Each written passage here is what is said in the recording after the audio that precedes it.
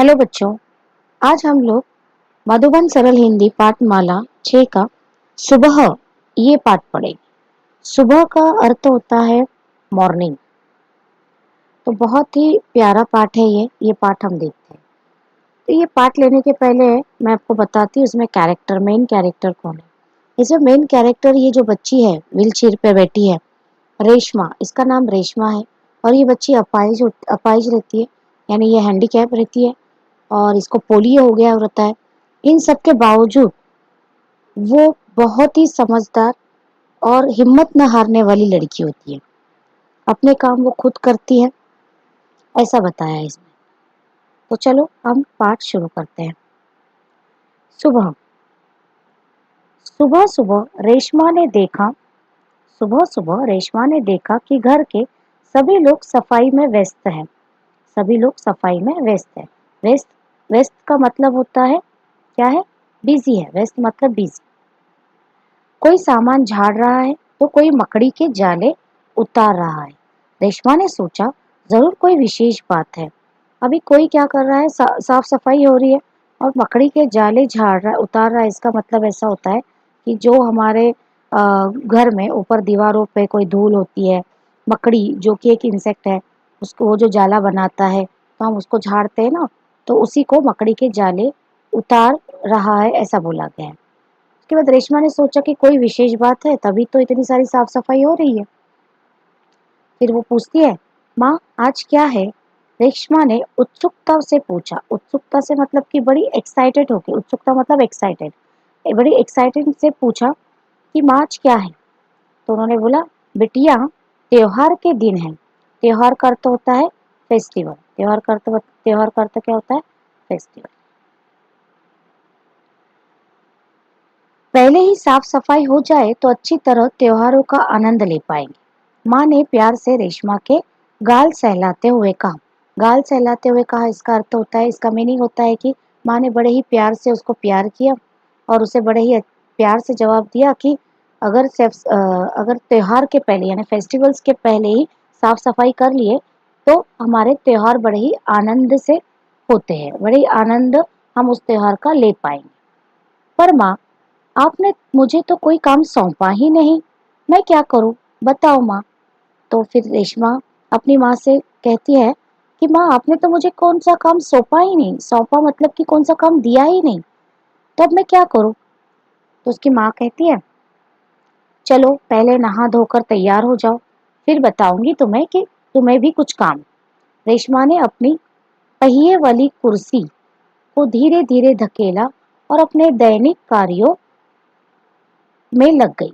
अभी यहाँ पर पता चलता है कि ये एक अपाहिज लड़की है जो एक पहिए वाली कुर्सी पे बैठी है।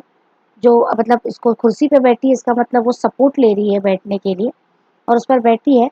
और फिर धीरे धीरे अपने पहियों को ढकलते हुए, यानी चाक को, जो व्हील होता है उसको, व्हील चेयर पे है वो, और वो व्हील को सरकाते सरकाते, धकेलते हुए, मूव करते हुए अपने दैनिक कार्यों में, मतलब कि अपने डेली कामों में, दैनिक मतलब डेली, कार्य मतलब काम, अपने डेली कामों में लग गई।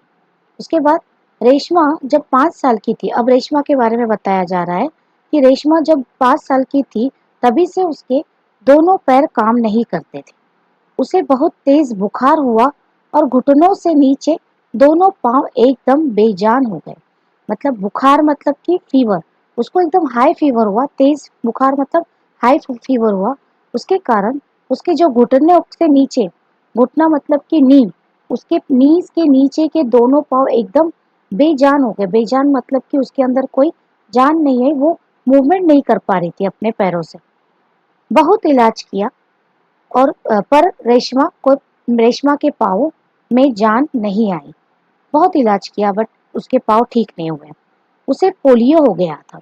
अब पोलियो एक बीमारी का नाम है, एक डिजीज का नाम है जो उसे हो गया था, पोलियो। रेशमा बहुत हिम्मत वाली लड़की।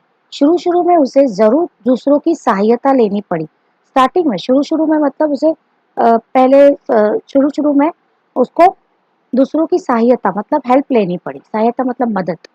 परंतु अब 11 साल की उम्र में वो अपने सारे काम स्वयं करती है। वह परिवार पर अपने किसी काम के लिए निर्भर नहीं रहना चाहती। वो एकदम आत्मनिर्भर थी। उसको ऐसा लगता था कि वो उसका काम खुद करे, वो किसी पे निर्भर ना रहे। निर्भर का अर्थ होता है डिपेंडेंट। वो किसी के ऊपर डिपेंडेंट नहीं रहना चाहती थी। वो खुद का काम खुद करती थी। इसके लिए वो किसी परिवार के कोई सदस्य के ऊपर डिपेंडेंट नहीं थी। वो अपना काम खुद करती थी। एंड परिवार के जो सदस्य थे उसे बहुत प्यार करते हैं। वह सबकी आंखों का तारा है। यहाँ पर आंखों का तारा जो मुहावरा है उसका मतलब ऐसा है कि बहुत प्यारा, बहुत लाड़का, बहुत दुलारा, यानी सारे लोग उससे प्यार करते थे। और सबकी आंखों का तारा, जैसे कि हर बच्चा अपनी माँ की आंखों का तारा होता है, जैसे आप भी अपनी माँ के आंखों का तारा होंगे। ये है, देखिए इस पे एक चित्र में बता रहा है, ये रेशमा है और उसकी माँ है। अब फिर क्या होता है, माँ ने रसोई घर में सारे बर्तन, डिब्बे, बोतलें नीचे उतार कर साफ कर दिए थे। अब उन्हें वापस व्यवस्थित तरीके से लगाना था। उन्होंने रेशमा को आवाज दी। अभी माँ ने सारे रसोई के बर्तन निकाले थे, जो डिब्बे वगैरह होते हैं वो सारे निकाले थे, और अभी उसे वापस से व्यवस्थित मतलब कि प्रॉपरली उसको लगाना था। इसलिए उन्होंने किसको आवाज दी? रेशमा को। अब वो प्यार से अपनी बेटी को रेशु बोलती थी, तो उसने प्यार से कैसा बोला? रेशु, अगर तुमने नाश्ता कर लिया हो तो काम में मेरा हाथ बटा दो। क्या बोलते हैं? अगर तुमने नाश्ता कर लिया, ब्रेकफास्ट कर लिया हो, नाश्ता मीन्स ब्रेकफास्ट, तो मेरा हाथ बटा दो। मेरा हाथ बटाना मतलब कि मेरी हेल्प कर दो। हाथ बटा दो मतलब मेरी हेल्प कर दो। तो फिर रेशु बोलती है, हाँ माँ, मैंने नाश्ता कर लिया। दूध का मेवे वाला दलिया बहुत अच्छा बना है। ये एक टाइप का खाना है, मिल्क में जो बनाते हैं, जैसे खीर टाइप है ये, जो हम लोग खीर खाते हैं उस टाइप में, उसको बोलते हैं मेवे वाला दलिया। तो वो उसने पी लिया। माँ, मैं हाथ धोकर अभी आती हूँ। रेशमा ने कहा, मैं जस्ट आ रही हूँ, अभी मैं अपने हाथ धोकर आती हूँ। रेशमा अपनी कुर्सी को धकलते हुए रसोई घर में पहुंची। रेशमा माँ को बर्तन, डिब्बों पर लेबल लगा लगा कर पकड़ाती गई और माँ उन्हें व्यवस्थित ढंग से सजाती गई। रसोई फिर से चमचमाने लगा। रसोई घर फिर से चमचमाने लगा। मतलब माँ ने उसको क्या काम बोला? जो बर्तन उन्होंने साफ किए थे, उस बर्तन को और डिब्बों पर वो लेबल लगाते गई कि कौन सी चीज, कौन सा मतलब उसके अंदर कौन सा सामान है, चीनी कौन सा है, फिर आपका टी कौन सा है, मसाले कौन से है, नमक किस में है, ये ऐसे लेबलिंग उसने किया और अपनी माँ को दिया। और पूरा अच्छे से व्यवस्थित ढंग से उसकी मम्मा जो है वो सजाने लगी। सरी मतलब व्यवस्थित ढंग से, मतलब कि अच्छे तरीके से प्रॉपरली हर डब्बा अपनी जगह पे रखने लगी। रसोई घर फिर से चमचमाने लगी, एंड इसका मतलब ऐसा है, रसोई घर फिर से एकदम अच्छे से नीट एंड क्लीन दिखने लगा। पिताजी दफ्तर चले गए थे। माँ को लड्डू बनाने के लिए कुछ जरूरी सामान चाहिए था। गोलू तो अभी 5 वर्ष का है। दादाजी दादी जी बहुत बुजुर्ग है।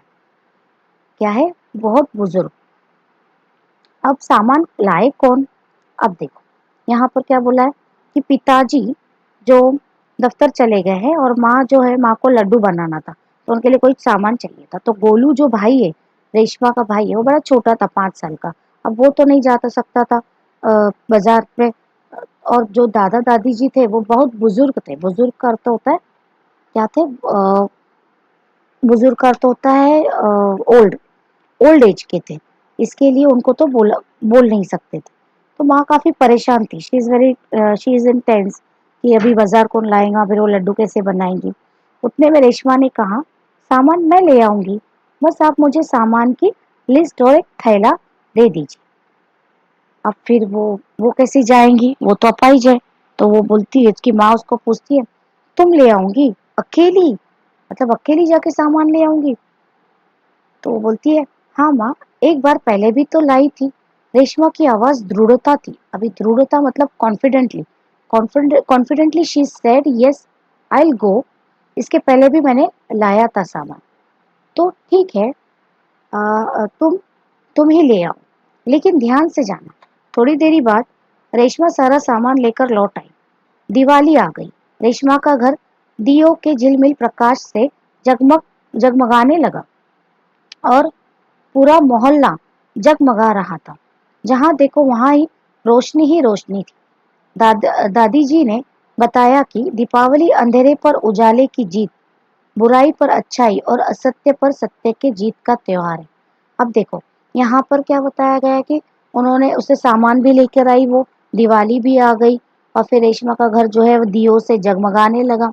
फिर जो दादी जी है उन्होंने सबको बताया कि दीपावली जो त्योहार होता है वो अंधेरे पर उजाले की जीत, बुराई पर अच्छाई और असत्य पर सत्य की जीत का त्योहार है। तो ये बड़ा ही इम्पोर्टेंट सेंटेंस है। ये क्वेश्चन इसके ऊपर आता है। इस दिन, अब इस दिन क्या हुआ, इस दिन राम रावण का पराजित कर राम रावण का पराजित कर अयोध्या लौटे थे। इसका मतलब ऐसा है कि राम जो है वो रावण को पराजित किया उन्होंने, और उसी खुशी में वो अयोध्या लौटे थे, और उनके स्वागत के लिए ही ये दिवाली त्योहार मनाया गया। तो उस दिन से अब तक भी दिवाली त्योहार बड़े ही जोरों शोर में मनाया जाता है। इसी खुशी में यह त्योहार मनाया जाता है। रेशमा और गोलू बड़े ध्यान से दादी जी की बातें सुन रहे थे। अब कुछ देर बाद क्या हुआ, कुछ देर बाद सबने मिलकर पूजा पूजा की और प्रसाद खाया। गोलू अपने दोस्तों के साथ पटाखे छुड़ाने में मग्न हो गया। पटाखे छुड़ाने में मतलब कि जो पटाखे उड़ाते हैं, फायर्स, जो आप इसमें दिवाली में लगाते हैं, फायरिंग फायर्स वगैरह होता है, वो लगाने में वो मग्न हो गया। मग्न होना मतलब दंग हो गया, गुंग हो गया उसी में। रेशमा अपने दादा दादी के साथ फुलझड़ियां छुड़ा रही थी। इतने में गोलू ने जिस पटाखे को बुझा हुआ समझकर छोड़ दिया था, उसमें से चिंगारियां निकलने लगी। मतलब ऐसा हो गया कि गोलू को लगा कि वो पटाखा जो है वो बुझ गया है। उसको ऐसा लगा वो बुझ गया है, इसलिए उसने उसको छोड़ दिया, लेकिन उसमें से चिंगारियां, एक्चुअली वो बुझ नहीं गया था, उसमें से चिंगारियां निकल रही थी। फिर गोलू की पीठ पटाखे की तरफ थी, मतलब वो बैक साइड में था, उसने देखा नहीं कि उसमें से चिंगारियां निकल रही। रेशमा चिल्लाई, गोलू गोलू बचो, तुम्हारे पीछे पटाखा है। पटाखों के शोर में रेशमा की आवाज दब गई। अब क्या हुआ, वो चिल्लाने लगी कि गोलू गोलू बचो वहां से, तुम्हारे पीछे पटाखा है, बट उसकी आवाज वहां तक गई नहीं क्योंकि पटाखे का बहुत ज्यादा शोर था। फिर बाकी लोग कुछ समझ पाते इससे पहले रेशमा जल्दी जल्दी कुर्सी को धकेल के गोलू के पास जा उसने गोलू को जोर से धक्का दिया और खुद आगे निकल गई। अब वो व्हील चेयर पे, ये जो व्हील चेयर है देखिए, ये जो व्हील चेयर है, इस व्हील चेयर पे वो आगे बढ़ती गई और जोर से गोलू को धक्का दे दिया। गोलू भी आगे गिर गया और जो रेशमा है वो भी अपने व्हील चेयर पे आगे चली गई। अपनी कुर्सी की गति के कारण गिरी धड़ाम, यानी अपनी कुर्सी की गति, मतलब उसका गति में स्पीड, कुर्सी की गति में कुर्सी का स्पीड जो व्हील चेयर पे थी वो स्पीड में था, इसके लिए वो भी धड़ाम से नीचे गिर गई। जोर का धमाका हुआ, रेशमा की पुर्ती ने गोलू को जलने से बचाया। एंड फिर क्या हो गया, ये जो था यहाँ पर, ये पूरा ये फट गया और जोर से धमाका हो गया, पटाखा फट गया, और इसी तरह रेशमा ने गोलू की जान बचा दी। अगर वो वहीं पर खड़ा होता तो ऑब्वियसली कुछ ना कुछ हो जाता, वो पटाखा उसके मुंह पे उड़ता, पीठ पे उड़ता, जल जाता, कुछ भी होता। लेकिन रेशमा ने बड़ी फुर्ती दिखाकर अपने भाई को बचा लिया, उसे जोर से धक्का मार दिया। जोर का धमाका हुआ, रेशमा की फुर्ती ने गोलू को जरने से बचा लिया।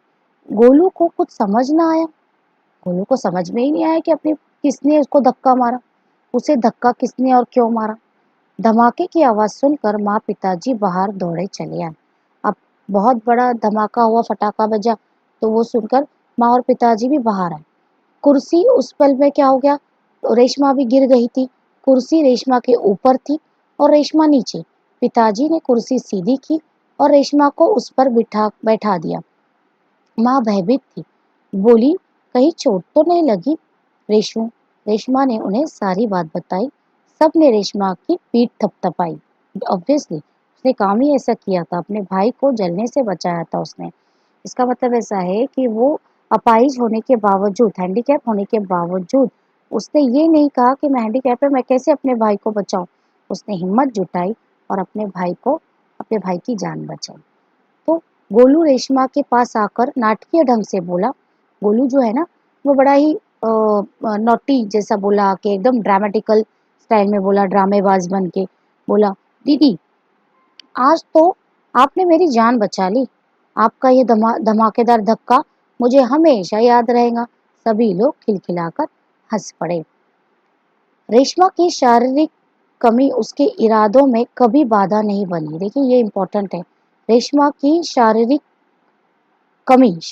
कमी इसका मतलब है उसकी जो उसके अंदर जो कमी थी, यानी वो उसमें उसको पैर नहीं थे, तो ये ऑब्वियसली हमारे बॉडी में कोई चीज़ नहीं रहेंगी तो एक एक भी चीज़ कम रहती है तो फिर वो हमको नॉर्मल ज़िंदगी जीने नहीं देते, मतलब नॉर्मल तरीके से हम जी नहीं पाते, बड़ी मुश्किल होती है।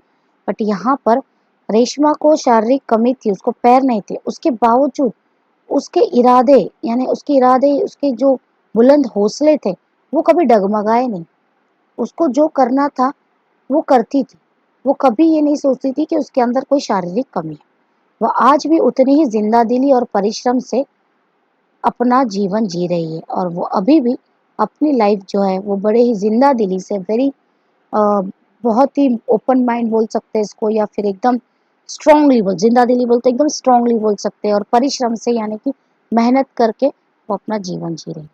उसको हर सुबह नई नई सुबह होती है, उसकी हर सुबह नई सुबह होती है ने वो जब भी उठती है तो एक कुछ अच्छा विचार लेके मन में उठती होंगी, कुछ करना है लाइफ में वो सोचती होंगी, इन्हें उसके लिए हर एक सुबह नई सुबह होती है।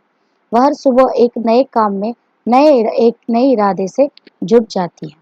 तो इस तरह ये इतना पार्ट था जो कि एक रेशमा नाम की अपाहिज लड़की पे था। इससे हमें बहुत कुछ सीखने को मिलता है कि अगर एक अपाहिज लड़की में इतना कॉन्फिडेंट होता है कि वो दुनिया के हर काम कर सकती है जैसे एक नॉर्मल पर्सन कर सकता है, एक नॉर्मल हम तुम कर सकते हैं, तो फिर हम तो अच्छे खासे हैं, हमको तो सब कुछ आता है, हमारे पास तो सब कुछ है, हाथ पैर नाक मुंह सब कुछ है, हम कहाँ से भी एबनॉर्मल नहीं है, हम तो नॉर्मल है।